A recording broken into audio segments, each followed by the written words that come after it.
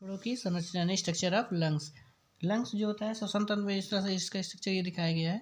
फेफड़ा जो होता है हमारा ये श्वसन तंत्र का मेन प्रमुख अंग होता है। फेफड़े संख्या जो होती है ये जो होती है 2 होती है, यानी जो हमारे शरीर में पाए जाते हैं फेफड़े जो होते हैं यानी कि सामने चेस्ट पे इनकी संख्या 2 होती है। और दायां फेफड़ा जो होता है बाएं फेफड़े के अपेक्षा कुछ बड़ा होता है। तो ये अधूरी खांच यानी जिस तरह से अधूरी खांचों के माध्यम से ये लगभग 3 भागों यानी कि इसमें 2 अधूरी खांच पाई जाती है, जिसके माध्यम से कह सकते हैं ये लगभग 3 भागों में बटा होता है। अधूरी खांच का मतलब जैसे कोई प्लेट मतलब इस तरह से एक के ऊपर एक कोई परत रखी हो लेकिन वो अलग ना हो, परत के टाइप में दिखता है लेकिन मतलब कि 3 भाग में दिखाई देता है लेकिन वो पूरी तरह से डिवाइड नहीं होती हैं। तो इस तरह से अधूरी खांच माना जाता है। अधूरी खांच की भांति ये होते हैं तो लगभग 3 भागों में बटा है, जबकि बायां भाग जो होता है बायां फेफड़ा या अधूरी खांच की एक की होती है 2 लगभग भागों में बटा होता है। इसमें एक ही खांच पाई जाती है अधूरी खांच, जिसके 2 भागों में बटा होता है। और बाकी अगर फेफड़ों का अंदर देख लिया, अंदर को छोड़ के बाहर देखा जाए तो ये पूरी तरह से जो फेफड़ा होता है पूरी तरह से खांचों के अलावा ये पूरी तरह से सपाट और चिकना होता है। लेकिन जो अंदर अगर देखा जाए तो ये मधुमक्खी के छत्ते के समान, जिस तरह से मधुमक्खी के छत्ते होते हैं इस स्ट्रक्चर में इसको अंदर पूरा कोष्ठक जैसे मधुमक्खी की छत्ते की तरह बनी होती हैं, जिन्हें वायुकोश यानी कि ये जो स्ट्रक्चर होता है इनको वायुकोश कहा जाता है।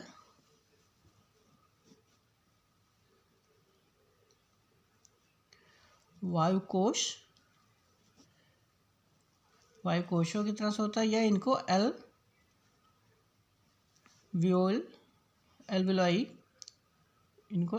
ये कहा जाता है। वायुकोश या एल्वियोलाई कहते हैं। ये इनकी संख्या जो है वयस्क वर्ग में लगभग 15 करोड़ यानी लगभग 15 करोड़ होते हैं। ये एक वयस्क में लगभग इनकी संख्या जो होती है 15 करोड़ संख्या, यानी कि जो ये मधुमक्खी छत्ते से ब्लॉक टाइप के दिख रहे हैं यानी कि एल्वियोलाई टाइप के जो दिख रहे हैं छोटे छोटे, ये लगभग वयस्क मनुष्य में 15 करोड़ इनकी संख्या होती है। प्रत्येक वायुकोश जो होती है संबंध में श्वसनी यानी जो होती है ये प्रत्येक वायुकोश जो होती है श्वसनी के माध्यम से श्वसनी से जो जुड़ी होती है। श्वसनी मतलब ब्रांचेस जो होती हैं श्वसनी जो होती हैं इनको ब्रांच यानी प्रत्येक जो ये वायुकोश जो होती है हमारी जो यानी एल्वियोलाई जो होती है, ये प्रत्येक एल्वियोलाई जो होती है एक वायुकोश से संबंध यानी श्वसनी ब्रांचेस से जुड़ी होती है। प्रत्येक श्वसनी जो होती है श्वास नलिका के 2 भागों में बंटने से बनती है। यानी जो श्वास नली है ये जो श्वास नली वायु नली आती है ये स्वर नली हो गई, यहाँ पे स्वर नली दिखाई दे रही है, वायु नली है, यहाँ पे ट्रैकिया जो होती है उपनली यानी श्वास नलिका जो होती है लोगों को 2 भागों में बटी होती हैं। तो ये जो श्वास नलिकाएं हैं उनके 2 भागों में बंटने के कारण ही बनती हैं। फेफड़े के अंदर प्रवेश करके अनेक ये जो होती हैं ये श्वास नली जो बनती है यानी कि अब एक आती है यहाँ पे बटके यानी 2 हो जाती है, उप शाखाएं हो जाती हैं और इसके अंदर आने के बाद ये ढेर सारी उप शाखाएं जिस तरह से इसमें ये दिखाया गया उपनलिका, ये इस तरह से स्ट्रक्चर होती है यानी कि प्रत्येक इसमें अलग अलग फेफड़े के अंदर प्रवेश करने के बाद ढेर सारी शाखाएं उप शाखाओं में बढ़ जाती है। यानी ये जो शाखा मेन आ रही है ये सब ब्रांचेज में इसमें डिवाइड हो जाती है, मेन उपशाखाओं में बढ़ जाती है। जो कि अत्यंत महीन उपशाखाओं में अंतिम रूप से बनती है उन्हें कूपिका नलिकाएं कहते हैं। जैसे इसमें दिखाया गया है ये जो होती है कूपिकाएं पाई जा रही हैं सबसे ये लास्ट में जो इसमें दिखाई दे कूपिकाएं इस तरह से लास्ट में ये बनी हुई है। तो इसी तरह से इसके अंदर भी जो होती है ये कूपिकाएं होती हैं, यानी अंदर प्रवेश जो शाखाएं होती हैं अत्यंत महीन उप शाखाओं में डिवाइड हो जाती हैं जो अंतिम कूपिकाएं नलिकाएं कहलाती हैं। यानी कूपिका नलिका जिन्हें हम कूपिका नलिकाएं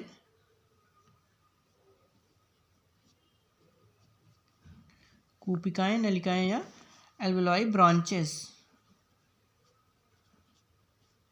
एल्वियोलर डक्ट होंगी।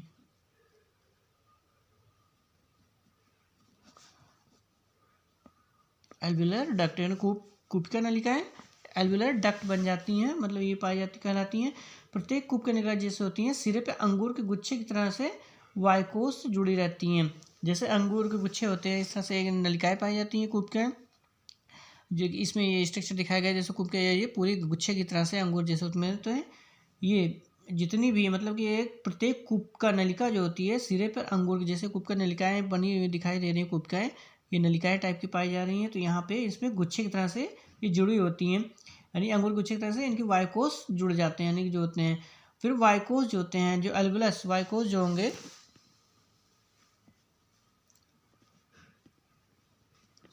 वाइकोस या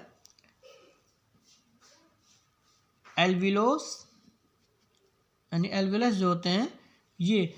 एल्वुलस जो होते हैं महीन झिल्ली का बना होता है, यानी जो प्रत्येक वाइकोस होते हैं काफ़ी महीन झिल्ली होती है,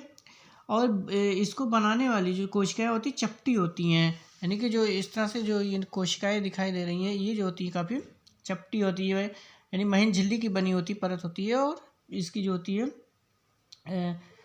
कोशिकाएं जो चपटी होती है, इसकी बाहरी सतह पर रुधिर केशिकाओं का जाल, जैसे ये मान लीजिए जैसे ये कोई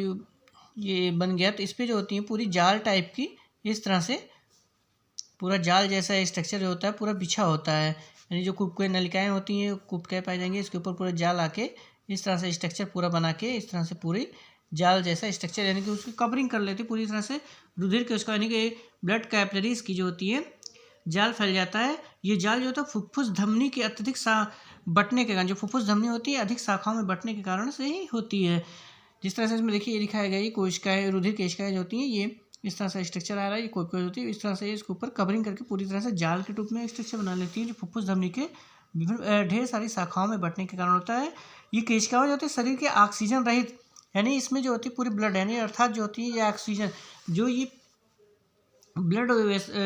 नलिकाएं होती हैं, यानी ब्लड कैपिलरीज जो होती है, इसमें जो होती है ऑक्सीजन रहित, यानी बिना ऑक्सीजन, कह सकते हैं बहुत कम मात्रा में ऑक्सीजन, यह कह सकते हैं कि इसमें ऑक्सीजन नहीं पाई जाती है, और कार्बन डाइऑक्साइड की मात्रा अधिक, ऑक्सीजन रहित,